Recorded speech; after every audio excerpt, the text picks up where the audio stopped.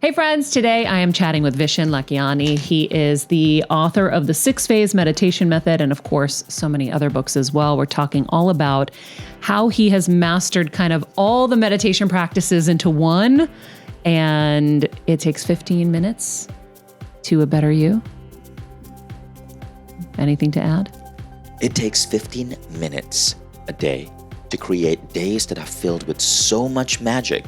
It's almost as if you have Tinkerbell on your shoulder, just blessing the heck out of everything you touch. I love Tinkerbell, and I want that feeling every day. So I'm going to be doing the 6-Phase meditation every day as well. Don't forget to hit subscribe. Amazing. Hello, everybody. Welcome to Better Together. When you know better, you get better. That is our goal here every single day. It is our mission to get better in all areas of life. Health, wealth, all the things. Finances, relationships. That's right. So much more.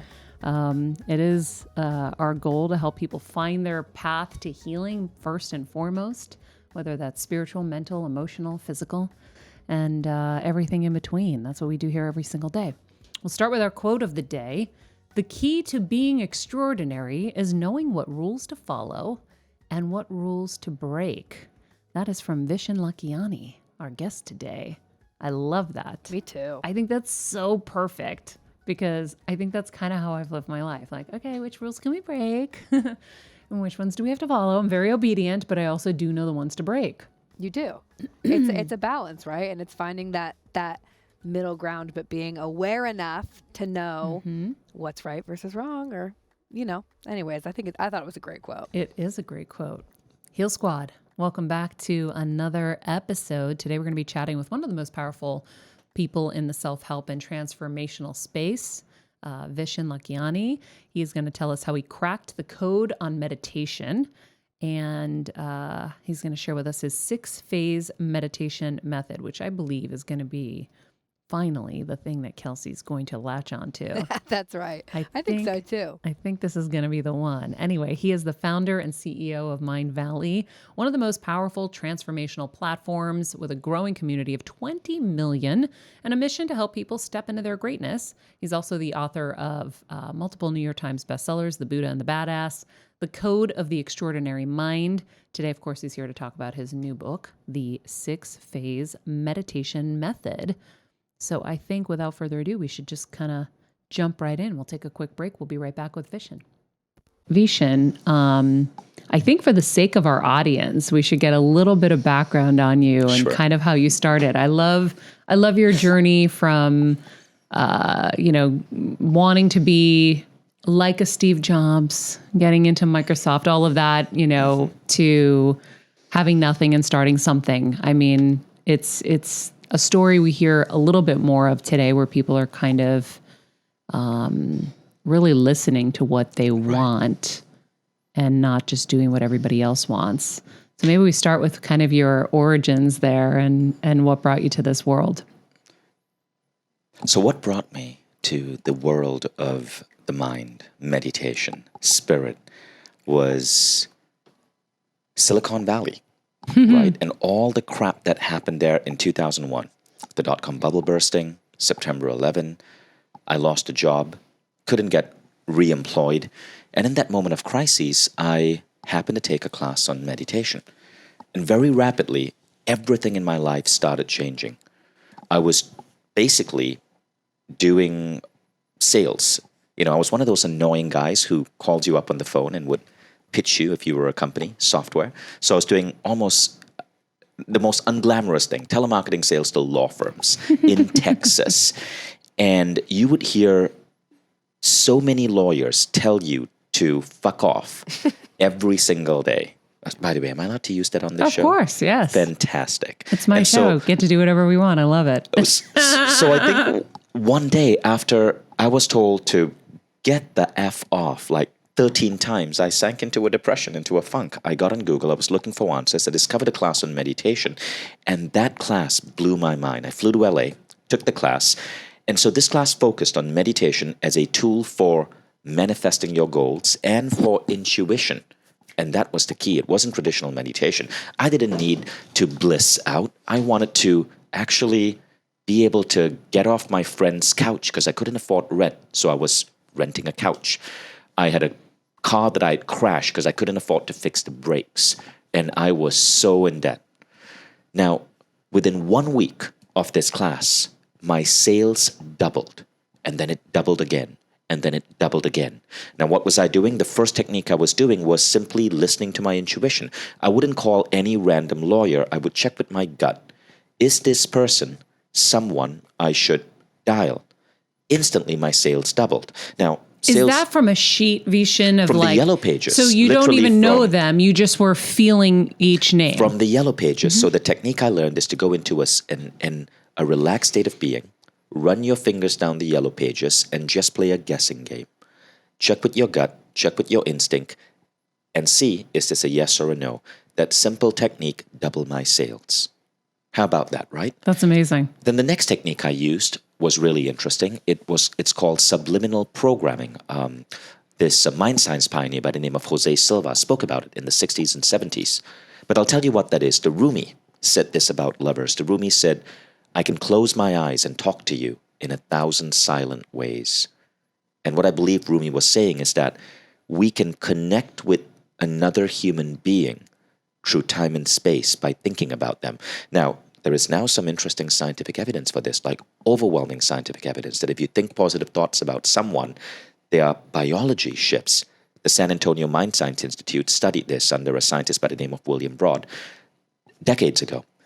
But what I would do then is, before I was calling up one of these lawyers to pitch the software, I would see them in my mind's eye, and I would ask that the sale would close if it was best for everyone concerned, if it was best for their clients, best for their law firm, best for our company. And again, sales doubled. The third technique was very simple, creative visualization. I would see myself hitting my goals, being recognized within the company. So when I started out there, I was 26 years old. I had a computer engineering degree, but the dot-com bubble had burst. No one was hiring computer engineers. And I had no experience in sales. In 4 months, I got promoted 3 times, and I was made vice president of sales in this company. And my boss asked me, what are you doing? And I said, I think they call it intuition.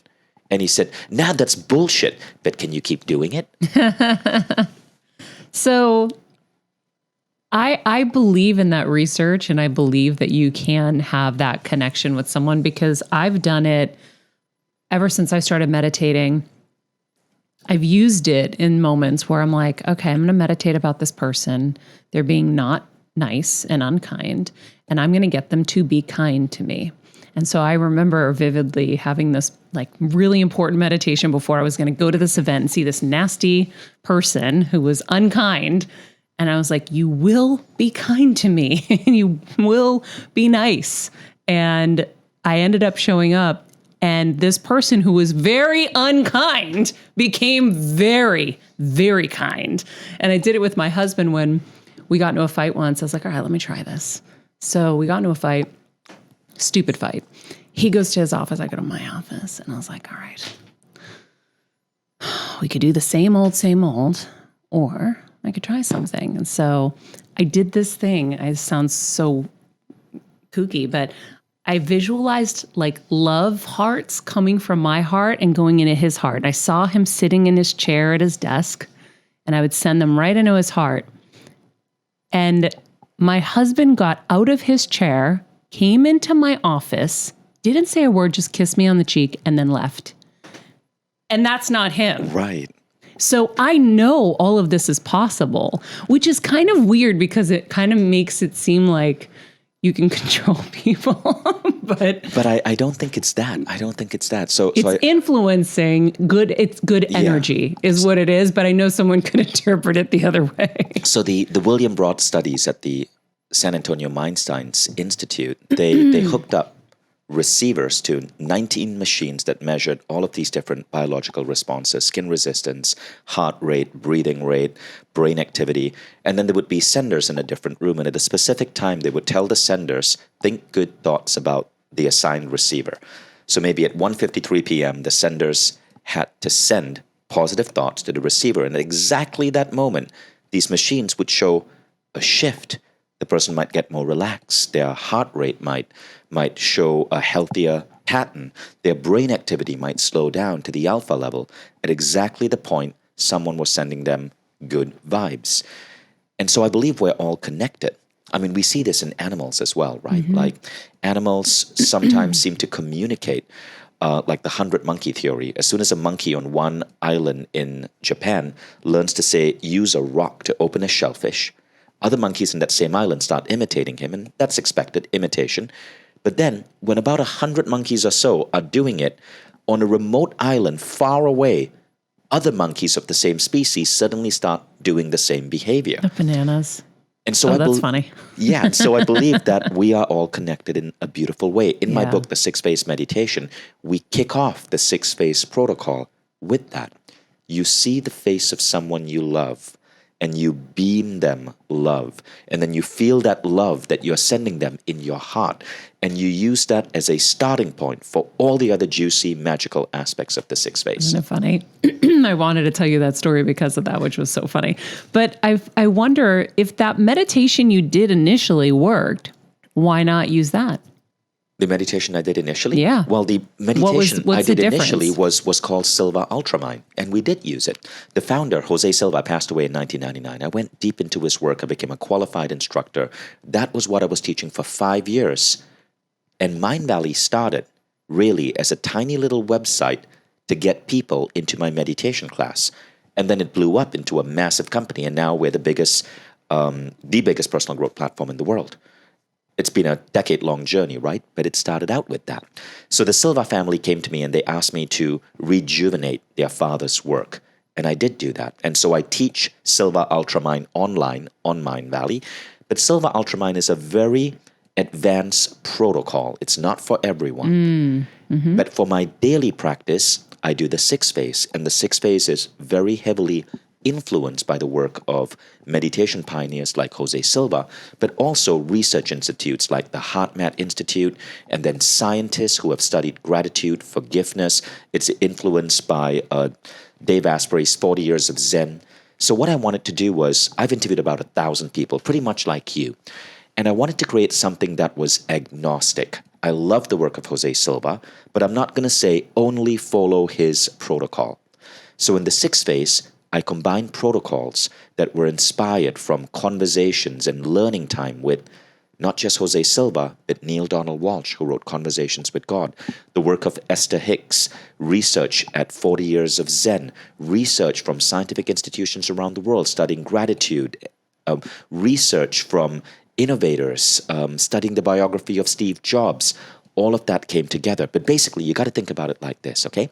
If you want a wellness practice for meditation, there are 2 different types of meditation. Now, think about the tools you have in your home. You have a coffee machine. A coffee machine, if you drink coffee, is something you use every single day.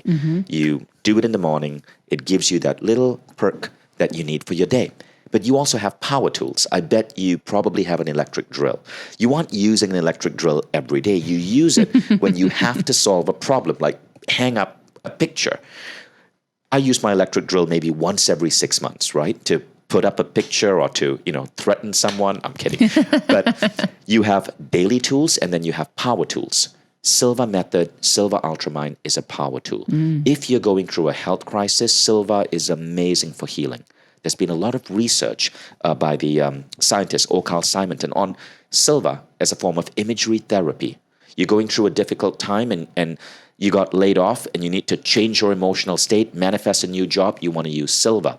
Silva is about a 20-minute approach, but it's very advanced. But on a daily basis, the coffee maker is the 6-phase meditation.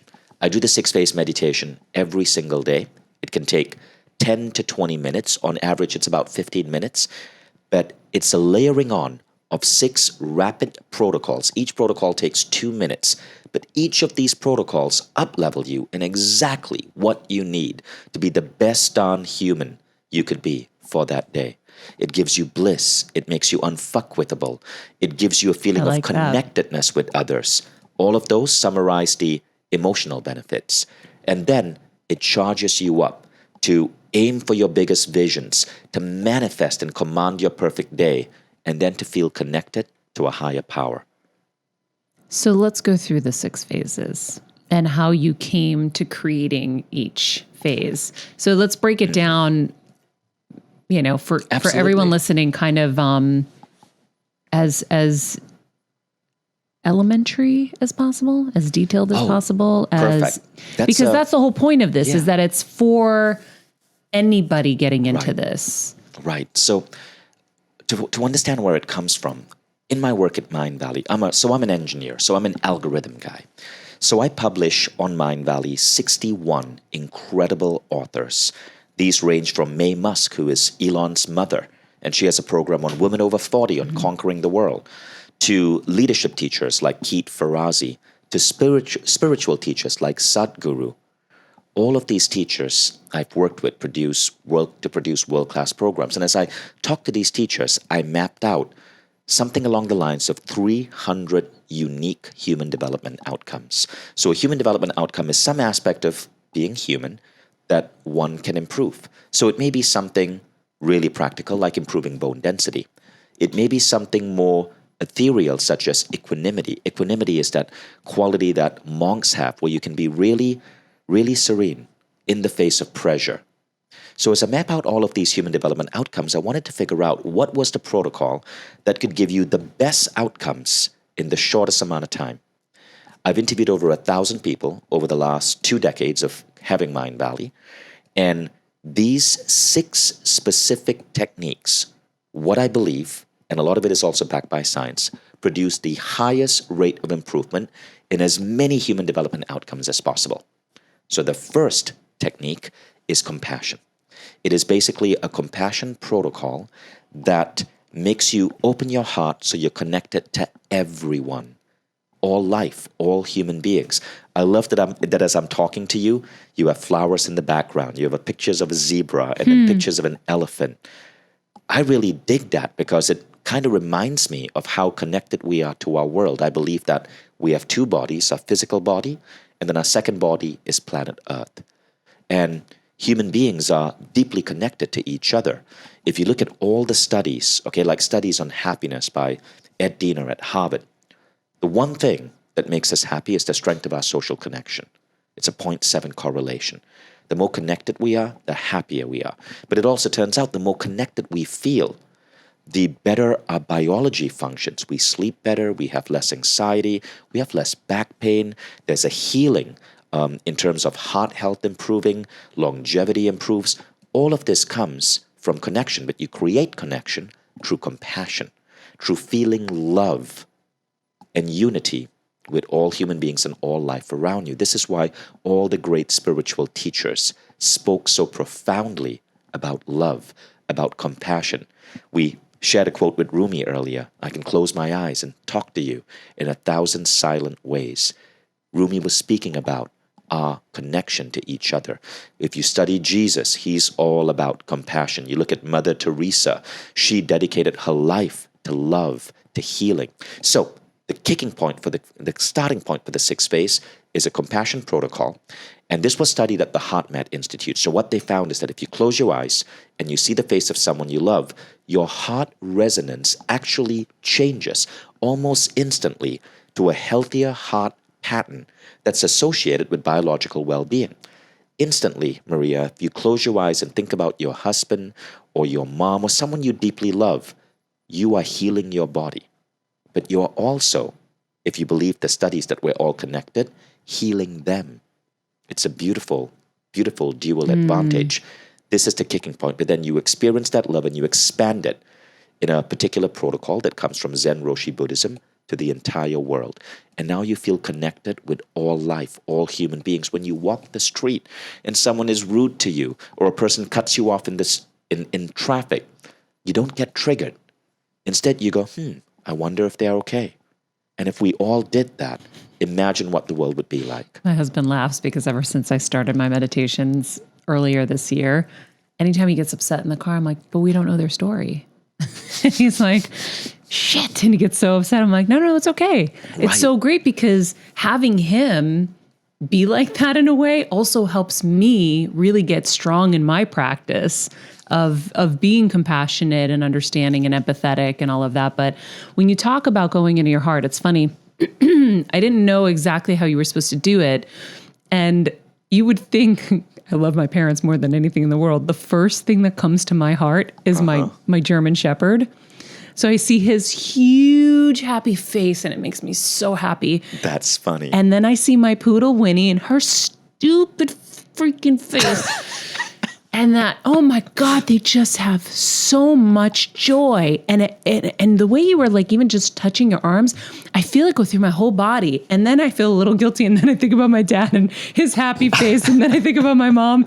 And of course, I have so much love for them and so much joy. But with our animals, there's such a pure relationship. That's why I love animals so much and I love nature, because they never hurt us back. So in a relationship with a human, no matter what, they're going to upset us, you're going to upset them, there's going to be something. But there's so much purity there, so that when I got my parents their first dog, at some point I saw the connection between them. And my dad was like, Maria, we love Beethoven more than you people. And I go, Dad, I get it. And I don't take any offense to that because I understand he's never upset you. I have. So when I open my heart, that's just the funny part of the story. But when I open my heart, I think of them and it just like my heart explodes. Right. And then I'll go through the other things and the other people. But you said something that I didn't know, which is kind of that expanding into the world. So for everyone listening's benefit, like how do you expand that specifically? So it's a more complex protocol, but in a nutshell, okay? So you can start with a pet. You can start with anything you love. In fact, like studies found that you can start by seeing the American flag, right? If you love your country, anything you love can be a jumping point for feeling that love in your heart. And then as you sense that love, so you're kind of imagining it like it has a color, like it's in your heart area. You take a deep breath, and as you exhale, you expand it to fill your entire body. You feel the love flowing into you. Then you take a deep breath and you expand it further to your home and everyone in your home, your neighborhood, your city, your state, your country, and then feeling the entire the love world. for them. Feeling Or as if you're giving the beaming love. that love. You're Yes. beaming that love to Okay. wider and wider and wider circles of humanity. And yes, you can absolutely start with your poodle and her stupid little face. Stupid little face. She's such a little hoe. Have you ever heard anybody say this before? Or were you going to like silently judge me for picking my poodle and my shepherd? I love that you picked your poodle. I love that you picked your poodle. They just Now I'm give thinking, me... I need to get a new dog. Oh, well, we have a couple in there that are fosters. They're wow. really special, too. We love all of them. But, okay, so that's step one. I love that. Step two. So step two. Or phase two. So phase two is gratitude. So gratitude is the human characteristic most associated with well-being. And so here we do a protocol. I teach a protocol called the 3x3 gratitude method. And it's basically going deep into the feeling of gratitude and appreciation for three things about your personal life, which means your spouse, your dogs, your kids, your home, etc. Three things about your work life, which is your team members, your clients, the work you do, and then the hardest one, three things about yourself. Most people are not trained to truly love themselves because they think it's narcissism. Well, it is if you don't have love for other people. The difference between narcissism and self-love and healthy self-love is narcissists don't have compassion outside their own beingness. That's why we start with compassion. You expand your love to everyone, and then you appreciate yourself for who you are. And self-appreciation, self-love is such a powerful healing protocol. I mean, I've spoken to spiritual healers that I've trained with, and they've said if you want to heal your body, one of the most important things is to love your body, no matter what state it is in. To love that part of your body, even if it's diseased, to appreciate it, to love it back into health. And so that aspect of self-love is so important. That's phase two. I love that. And I think that's something we really need to apply. And it just is like a balance, right? So you're loving everything else, but you do have to love yourself too. I added something new into my practice every day where it's like, what did I do that was loving today to myself? And what did I do that maybe wasn't so loving? So I'm like checking in with myself. So like I actually make better decisions throughout my day.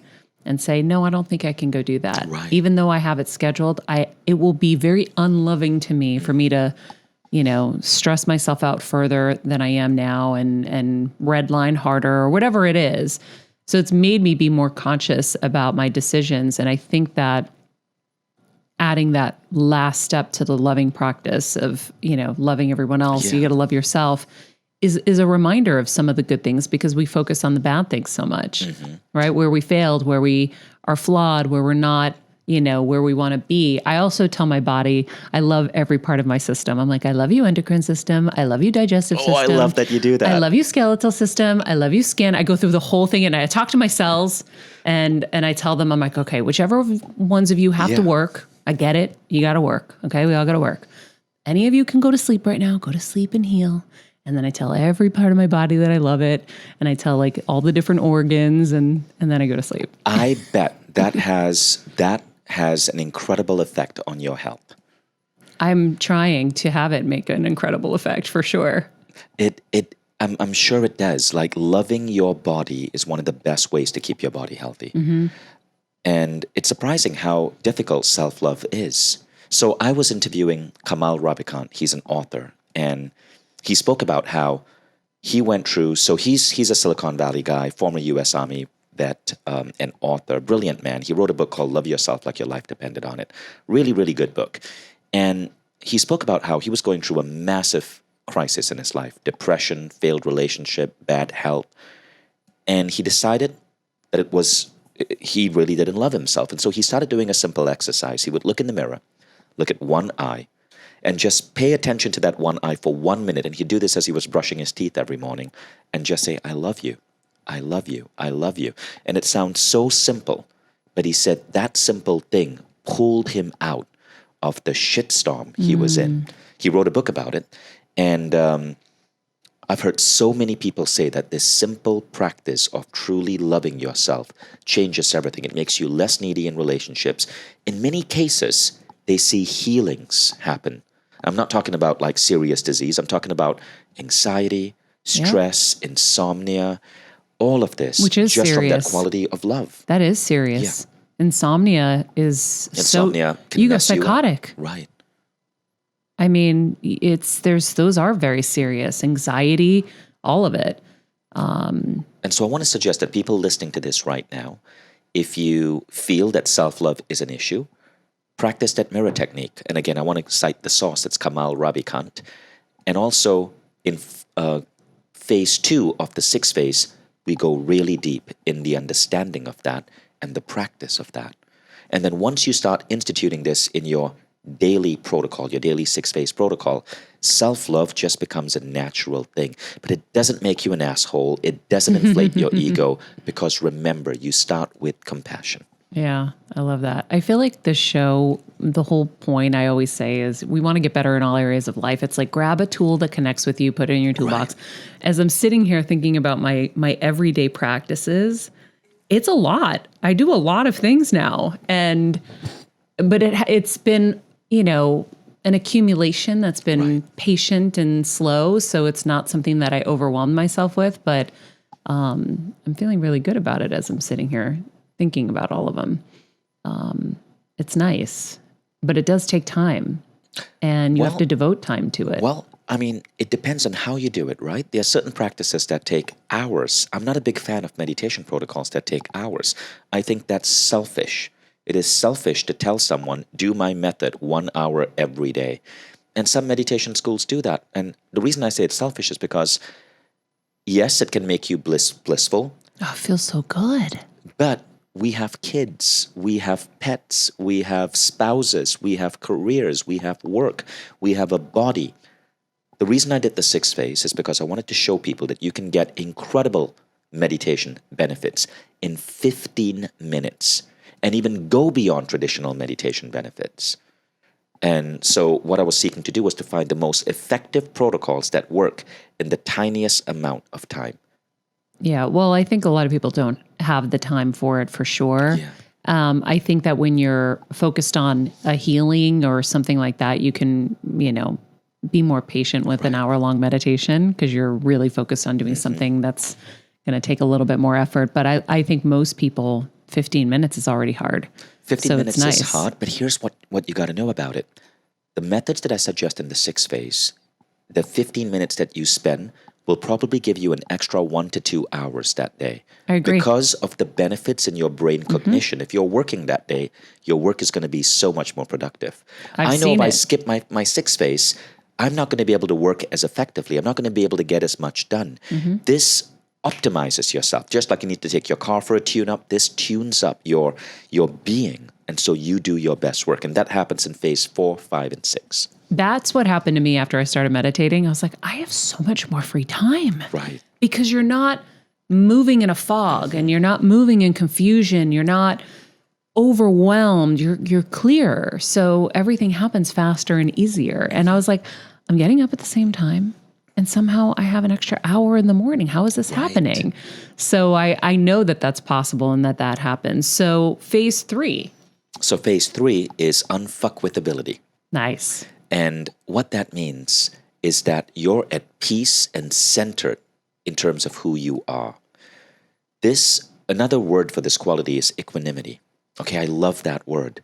Equanimity is to be peaceful within a storm. Equanimity is the quality that monks possess.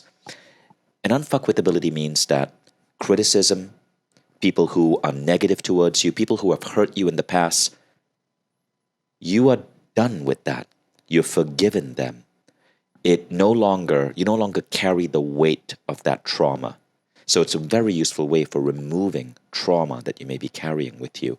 But it also means that you love yourself and you're secure in yourself enough that you don't have that neediness where you need constant recognition. You need someone to constantly appreciate you. And that's really healthy in relationships because neediness disappears. So how do you become unfuckwithable? Through the practice of forgiveness. Now, this was studied at Dave Asprey's 40 Years of Zen and also studied at Dr. Jim Hart's Bio-Cybernaut Institute. Both of these institutes measure the brainwave states of monks and then repattern those brainwave states in a meditator's brain. It's an expensive protocol. It's using advanced biofeedback therapies. It cost around $15,000 at both institutes, and I've done some great work there. But what they found is that if you want to replicate the brainwave states of a monk, and for brainwave geeks out there, this means left-right brain coherence and high alpha amplitude, the number one way is forgiveness.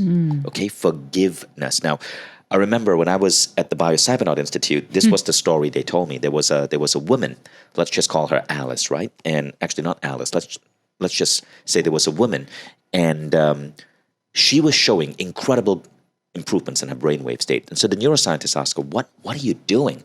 And she goes, I don't know. I'm just forgiving that asshole. And all she was doing in the chamber was forgiving her husband for cheating on her. But the act of forgiveness was causing her brainwaves to go through this incredible evolution more and more and more towards the ideal brainwave state of monks who spend decades in meditation. Forgiveness is that magic pill. And studies are now showing that forgiveness does so many other things. It improves your sports ability. It actually improves vertical jump and increases endurance. What? It's crazy, right? University of Israel, forgiveness increases endurance. I think it was Utrecht University, forgiveness improves your vertical jump. I literally had a Olympian basketball player reach out to me to say, how can I master forgiveness after I shared that study? It helps you sleep better. It improves nervousness. It helps resolve nervousness, anxiety. It improves your relationship with everyone around you. But it also seems to transcend space and time and cause the person you're forgiving to go through an awakening or healing. So let me tell you a crazy story. Crazy story that happened to me. So I was at one of these institutes with Dave Asprey. Dave Asprey, if you don't know him, he's the founder of the biohacking movement. Brilliant man. He studies everything that has the potential to heal and transform human beings. So I was there with this group of really high-level people. Obviously, it's an expensive protocol, $15,000 for 5 days, so high-net-worth individuals.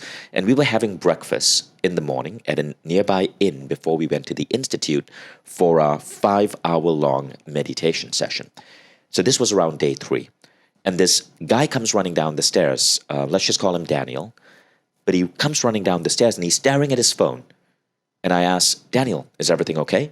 And he goes, my brother just messaged me. And I go, is everything okay with your brother? He goes, no, you don't understand. I haven't spoken to my brother in 2.5 years. We rarely talk.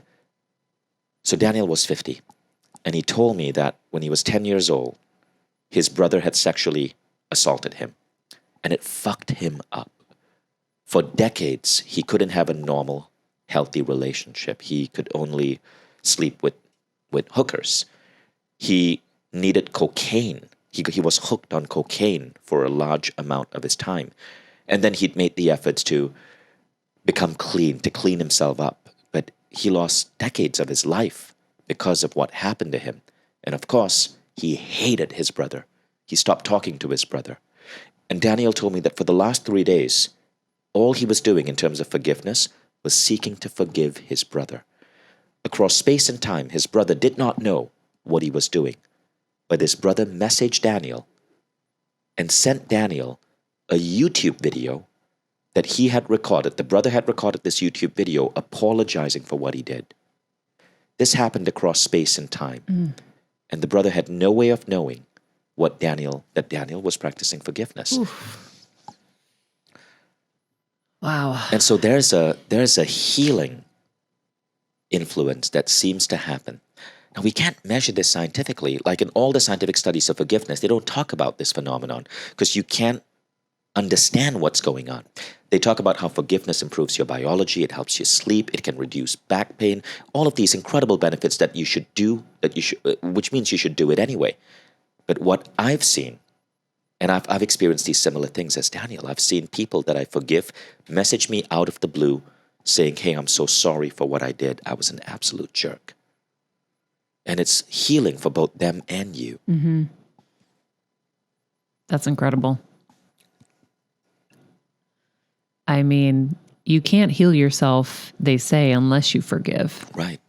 When Nelson Mandela left his prison, he said, I knew that if I did not forgive the prison guards who abused him for 27 years, he would still be in a mental prison. Mm-hmm. And so he invited them for dinner. He broke bread with them.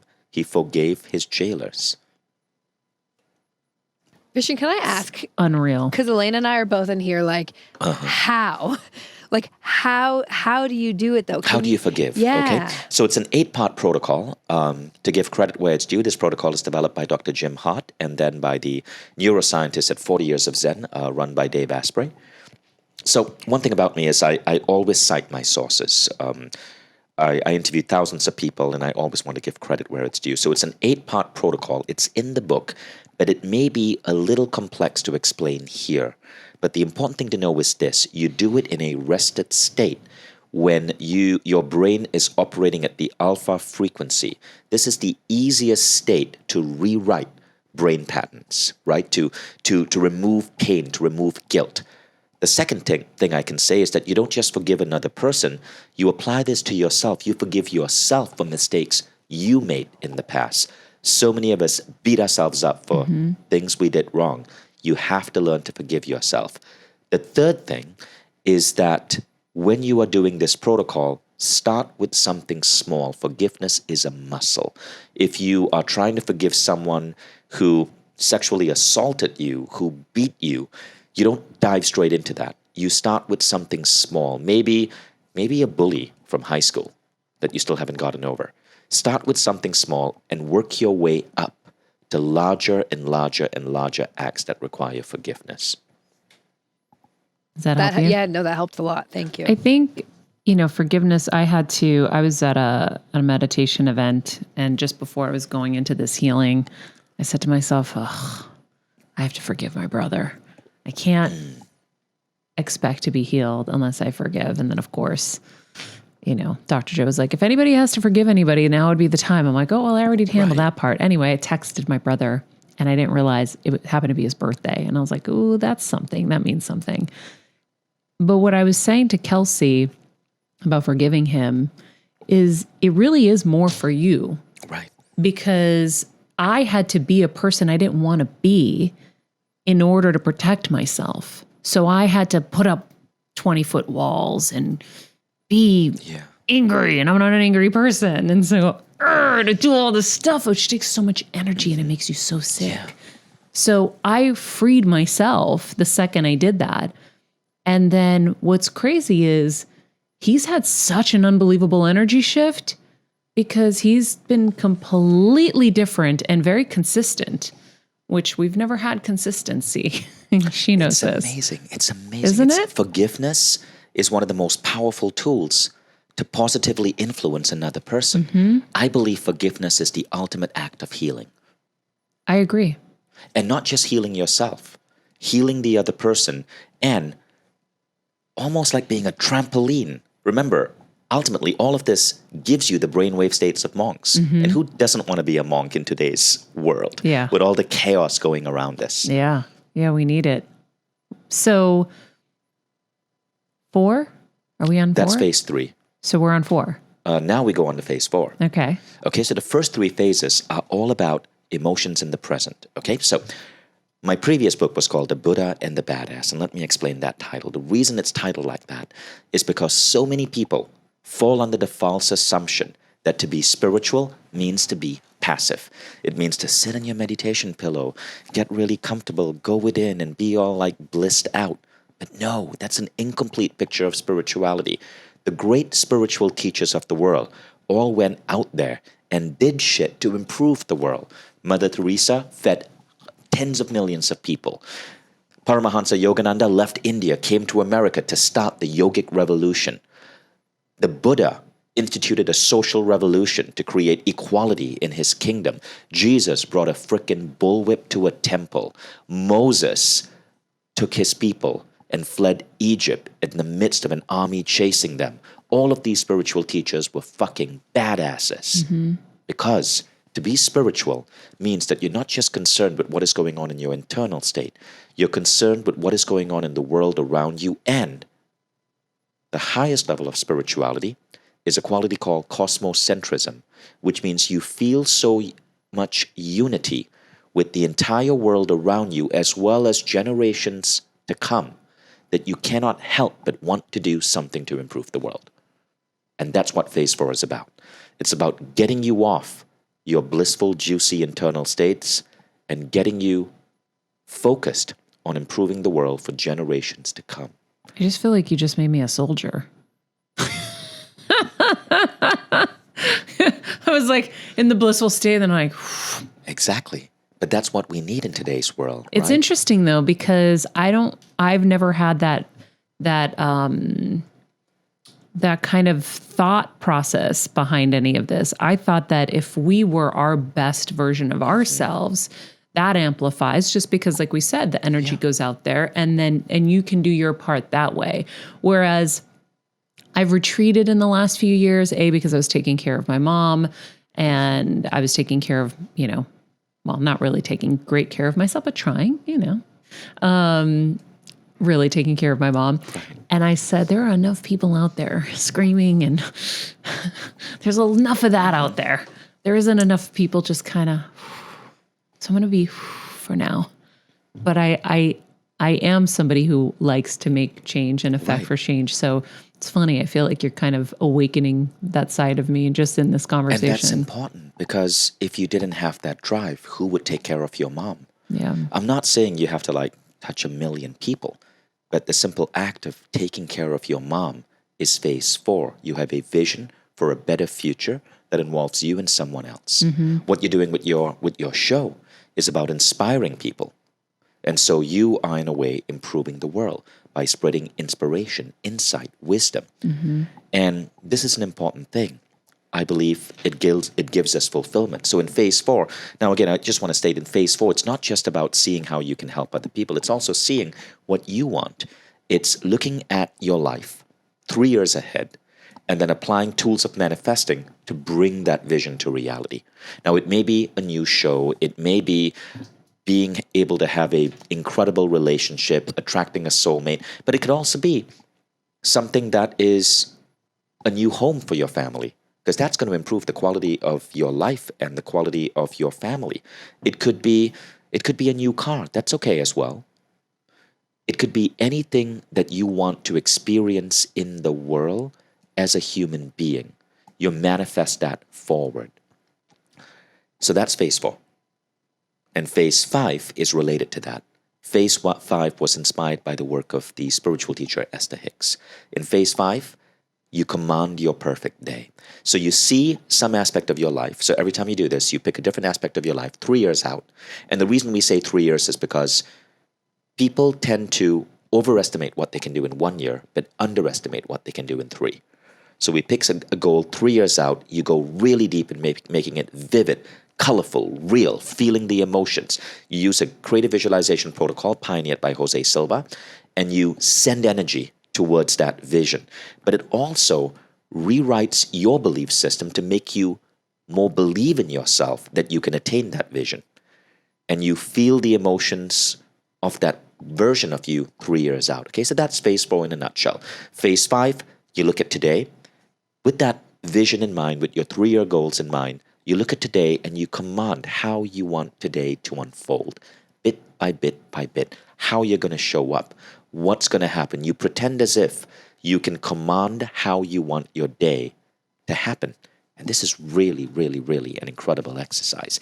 And people say that by commanding how they want their day to happen, when they look back on their day, it almost feels as if they had Tinkerbell on their shoulder, just blessing everything, everything just going well.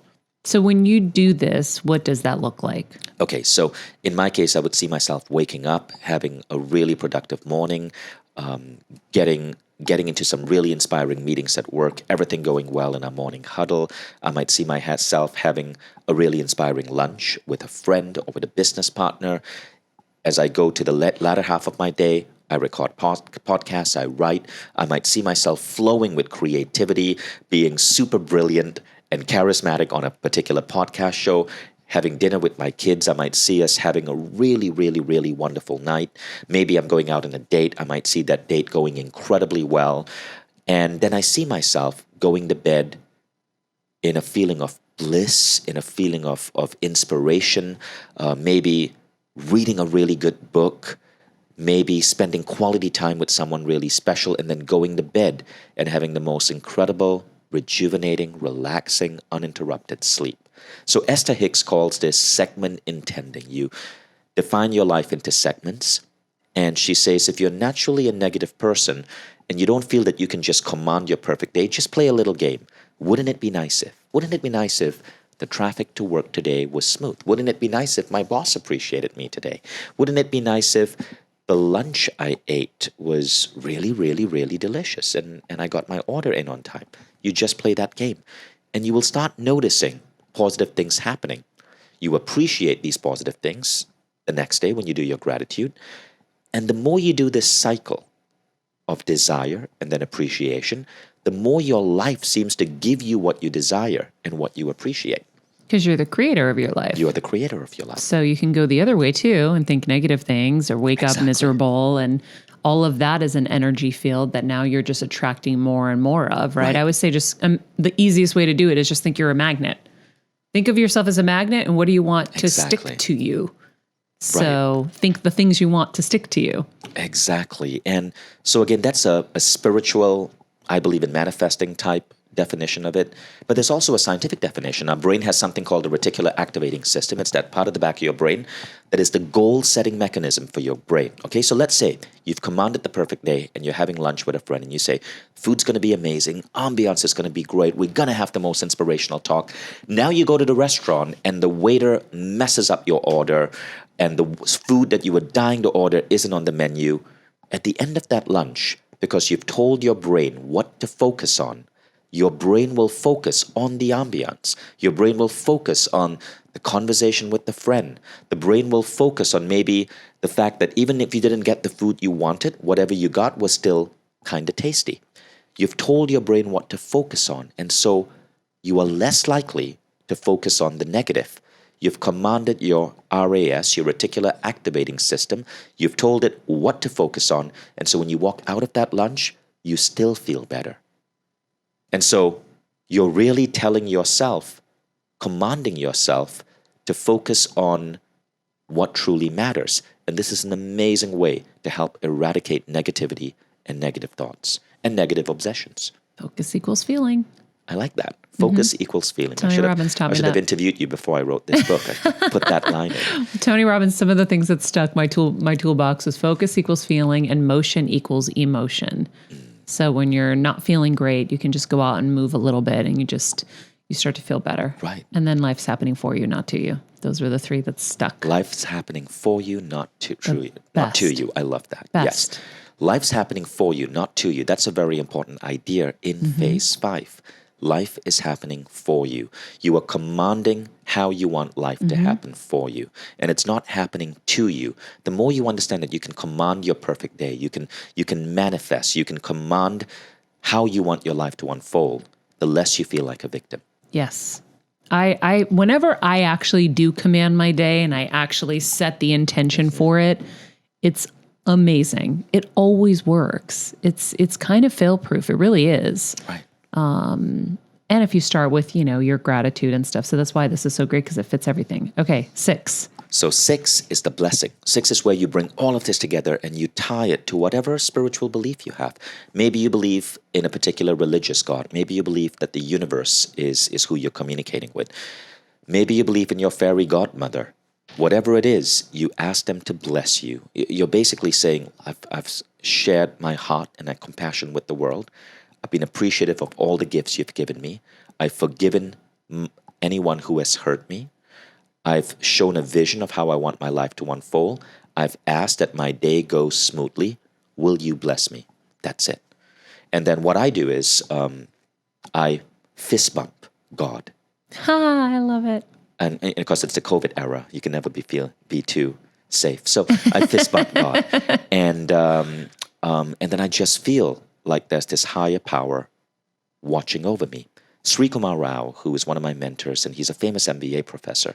He teaches on Mind Valley. He said, Dr. Rao. Dr. Rao, yeah. Oh, we love Dr. Rao. You've had him on the show. Of course, yes. Wonderful He guy. told us the parable of, what was it? The second arrow or the third arrow, and then also the dog versus the... Yeah. He's so good. He's all about parables, good thing, right? bad thing, who knows? I love it's that. my favorite. I love that. Yeah. So one of the things, Rao's a mentor, and we've had many conversations. One of the things he told me is that the most important belief one can have, the most important belief one can have, is the belief of the benevolent universe. That the universe is holding you, it's loving you, it's protecting you. The universe loves you and has your back. And if you have that belief, you're going to be so good in life. Yeah. I love that because I do that. I do believe that. Right. I think as you get older, you start to see how it is working for you, not to you as well. Or if you're paying attention and you're conscious of the patterns, I'm able to put the puzzle pieces together and say, oh, that's why this is happening in that. Yes. Okay, I get it. I'm in. I'm good. And that's always kind of been my thing. I never knew where I was going. I just would always say, God, take me where I'm supposed to go. I'll work hard. I'll be a good person. Just take me where I'm supposed to go.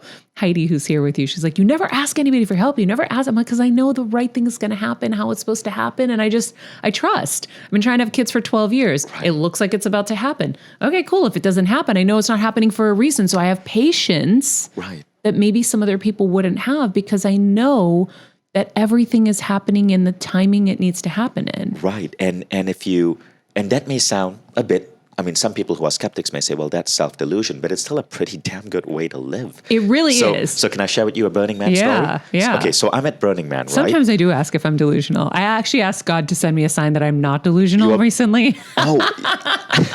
I was like, just send me a sign. Send me a red bird to tell me I am not delusional to think that I am going to heal and I am in process of healing every ailment in my body because I know it's happening, but I feel like I sound like a kook every time I'm talking about it.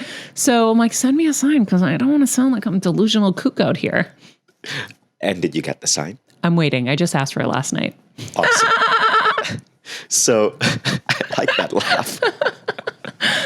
So I was at Burning Man, and if you guys don't know what Burning Man is, it is this incredible event that happens in the desert.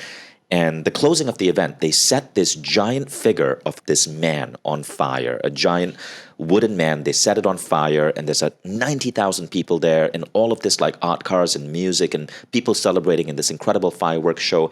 And it's something that is so beautiful to watch. So I was rushing back to my RV to meet up with my friends, Jeffrey and Peter, so that we could all go together, because these are guys I'm really close to. But I get lost in a dust storm. And by the time I get to my RV, because there's no mobile phone access in Burning Man, there's no way to communicate with people. I lose my friends. They'd gone off. They thought I wasn't coming back. And I felt really sad because I realized I'm going to witness this beautiful, awe-inspiring thing alone. And so I'm pushing my bike through the desert, feeling really sad. And everyone around me is with their friends, with their lovers, and I'm just alone. And so I decide to just go, I see a piece of art, I go to sit down in that piece of art, and I start meditating. And as I'm meditating, I hear a voice. Okay, so I believe I have guides. And this is an example of the universe watching over you and protecting you. And my guide says, this is not the time to meditate. And I say, shut up. I want to meditate. I'm sad. And my guide goes, get off your butt right now and start walking. So I go, no. And the guide goes, get off your butt right now and start walking, Vishen. So I'm like, okay, fine, you bossy freaking guide. So I get up, I start walking, and I tell my guide, well, I feel alone. Everyone here is with their friends. Let me meet someone who is a friend, or let me meet a new friend. And within 10 minutes, I bump into Keith Farazi. He's a leadership teacher on Mind Valley. And he's there, like, dressed up in, like, this really amazing outfit with 20 other people, all of whom were such incredible long-time burners. They had electric bikes. They had everything imaginable with them, from glow sticks to food to picnic baskets. And Keith says, you lost your friends? Don't worry. From now on, you're sticking with me. Aww. And that last moment of Burning Man, those last 4 hours, was so incredible. I was kind of glad I lost my friends, because my friends were mostly first-time burners, completely unprepared. They could have died in the desert. But here I was with all of these incredible people. And I was going to see my friends the next day anyway as we drove back to Vegas. But not only that, the people I needed to meet were in that group. Mm-hmm. I met a shaman from Denver. And I was going through a bit of a confusing time in one area of my life. And that shaman came to me and said, gave me some good advice. He said, ask not why did this happen to me, but why is this happening for me? And then he That's what we were just put his talking arm about. over Wow. my shoulder, and we went for a beautiful walk across the desert, he being my guide. And so all of this happened because of that level of trust, trusting that whatever is happening for you. And and paying attention to the voices. Yeah. No, actually, don't pay attention to the voices. It depends on what the I voices say. love that you're defiant against your voices. But trusting that there's a higher power watching over you. Yeah, there Even is. at Burning Man, especially at Burning Man. That's so funny. I do the Esther Hicks as well. I studied Esther Hicks a lot too. And in my nightly prayers, I always ask, please continue to flow amazing people into my life, collaborators, friends, whatever it is. Like, I always ask, continue to flow them. And especially when I'm searching for someone for like a job position or something, like I've never been calmer. Pooja left. We love Pooja. And now we have Elaine here temporarily. Maybe not. She might never leave. Hopefully not. But if she does leave, I know the right person's going to come. I'm not stressing about the things I used to stress about like that, because I have that full trust now that everything's going to be fine. It doesn't mean you're just going to sit back and do nothing. But when you ask, you will receive. That was always, by the way, since I was a little kid, I always used to say, ask and you shall receive. I would just ask and you shall receive. And it always worked out, even like stupid things. You know, you're on vacation at 13 with your friends and their mom, and you're like, can we get an upgrade at the hotel? And they're like, yeah, why not? And my friends would like look at me and I'm like, I don't know, I just asked. Let's do it. So yeah, that's a really fun exercise to play. And every time you receive, you acknowledge it, and your receiving rate tends to go up. Mm-hmm. Is that statistically proven? Well, Jose Silva actually spoke about this. He trained 6 million people over maybe 3 decades, and he found that when you express appreciation for that which you receive, you simply manifest faster. Mm-hmm. But also your intuition goes up. When you express appreciation for intuitive hits, you become more intuitive. Oh, wow. It's funny, isn't it? What you appreciate appreciates. I like that. So I play this game. Like, I'll ask for like weird things, banana ice cream. Stop. And I literally decided I wanted to manifest banana ice cream. And then I was visiting some friends in Hawaii. We had lunch. They were supposed to send me to the airport. And on the way to the airport, they decide to randomly stop at the best ice cream place in Molokai. And they say it's the greatest ice cream in Hawaii. And their main flavor, there are 2 different types of banana ice cream. So this type of stuff happens all the time. And then I just celebrate it. Sometimes it can be as simple as banana ice cream. Well, when you're connected, it all flows. It all just happens. Do you ask for signs a lot from the universe? Yes. Well, I not so much signs. I love to manifest stuff. Okay, so I had a date with a girl. Okay. And I said, what would make this really, really, really an amazing date? So she said, I want a mini pig. Well, I want to be sitting down petting a mini pig. So on she a was date? just... Wait, you asked her what she wanted to do on a date? This is what she said? Who She are said, you going out with? Haagen-Dazs ice cream and a mini pig that I can pet. Actually, that would be something I would say probably. Right, Can we and go see then- the sea lions? And then she said, peace of mind. Okay, so Haagen-Dazs ice cream, peace of mind, and a mini pig.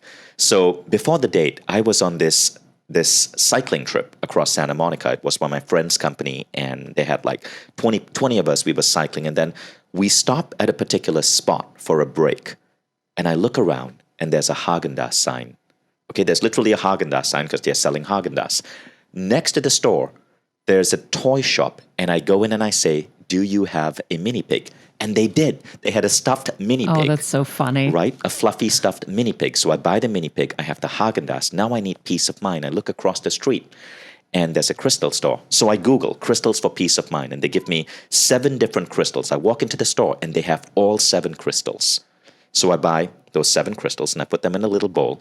And she shows up for the date and there's Haagen-Dazs, there's a mini pig, and there's these 7 crystals that spiritualists say provide peace of mind. So it was a good date. She liked it.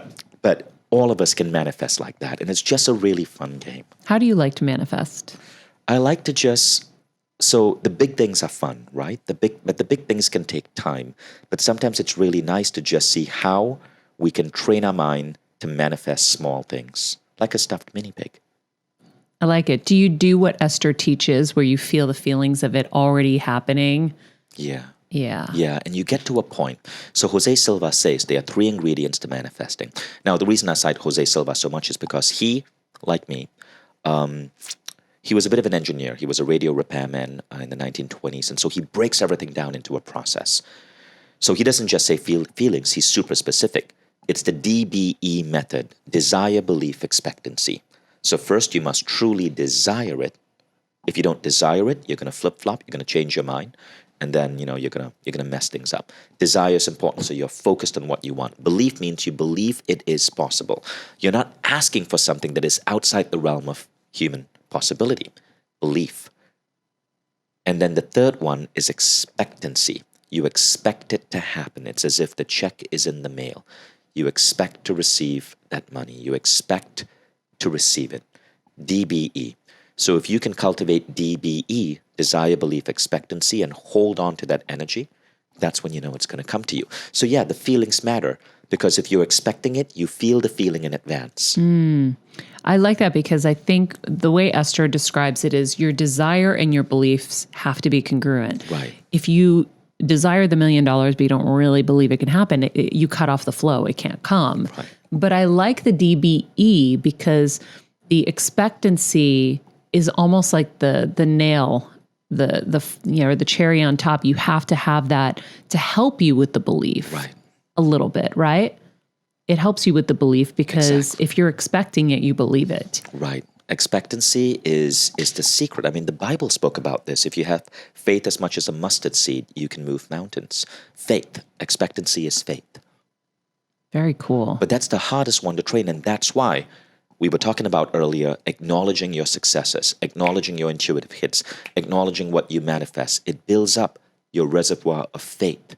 And the more faith you have, the bigger and bigger and bigger things you can manifest. I love it. Wow. It sounds like Kelsey is going to start the 6-phase meditation immediately. Heck yeah. I said to her before I go, I think this is going to be the one for you. Ooh. I feel it. Kelsey, I'm going let to me add know it how into it mine. goes. Oh, I will. I'm just now going to be meditating for hours a day and being super selfish. I'm not going to be able to get a hold of Maria. She's like meditating on her 4th hour. Well, 6 phase is 15 minutes. Yeah, so no, this is actually going to give you time. I'm super excited. I'm really excited about it. I think you really have figured out how to put all into one, everything into one. Now, how does it physically go for everybody? There's nothing you're listening to. You're just When you buy going the through the book, phases. Oh, yes, there is a lot you're listening Explain to. So to when you buy everybody. the book, it actually comes with an incredible trainer app. It's so you unlock my program on Mind Valley. It's called the 6-Phase Meditation. It's a video audio program. We built a really cool meditation app, and the app will guide you through it. So the first day, it's just 5 minutes of training. And then on day 6, you've learned to master it. And I guide you through the steps. The steps, the philosophy, the understanding, the beliefs, and the practices. Very cool. Yeah. And we turn it into a habit. I'm going to be doing this. Me too. I'm excited. Oh, and Kevin's never seeing me and I was just again. going to say, get it from, you can follow me on Instagram at Vishen, and then link in bio is where you can buy the book. Or you can go to mindvalley.com/6, and that's where you can get the book with the meditation trainer. Perfect. We're going to put all of that in the summary of this episode, friends, so you can access it easily. Vishen, thank you so much. Thank you, Maria. This was such a great conversation, and we learned so much. And I'm eager to start the 6-phase meditation myself. I think this is going to kind of take it over the top now. And my husband's never seeing me again. I have my room dedicated to my meditations. I've been using your what is The that? cushion. The cushion. Me too. Yes, exactly. I love that. Right. Oh, it feels so good. I've never seen those before. So I have my shepherd comes and meditates with me. I'm on the recliner. I've got my heated blanket, and I put my little pillow. What do you call it? Meditation cushion. My Meditation meditation right. cushion. I put that on, and then I bliss out, and it feels so good. Yeah, I love that cushion. Yeah, it's great. Thank you for I'm sending glad you it. like it. All right, friends. That is it for us today. In the meantime, be nice people, make good choices, and be present. This podcast and all related content published or distributed by or on behalf of Maria Menounos or mariamenounos.com is for informational purposes only and may include information that is general in nature and that is not specific to you. Any information or opinions expressed or contained herein are not intended to serve as or replace medical advice, nor to diagnose, prescribe, or treat any disease, condition, illness, or injury, and you should consult the healthcare professional of your choice regarding all matters concerning your health, including before beginning any exercise, weight loss, or healthcare program. If you have or suspect you may have a healthcare emergency, please contact a qualified healthcare professional for treatment. Any information or opinions provided by a guest expert or host featured within website or on company's podcast are their own, not those of Maria Menounos or the company. Accordingly, Maria Menounos and the company cannot be responsible for any results or consequences or actions you may take based on information or opinions.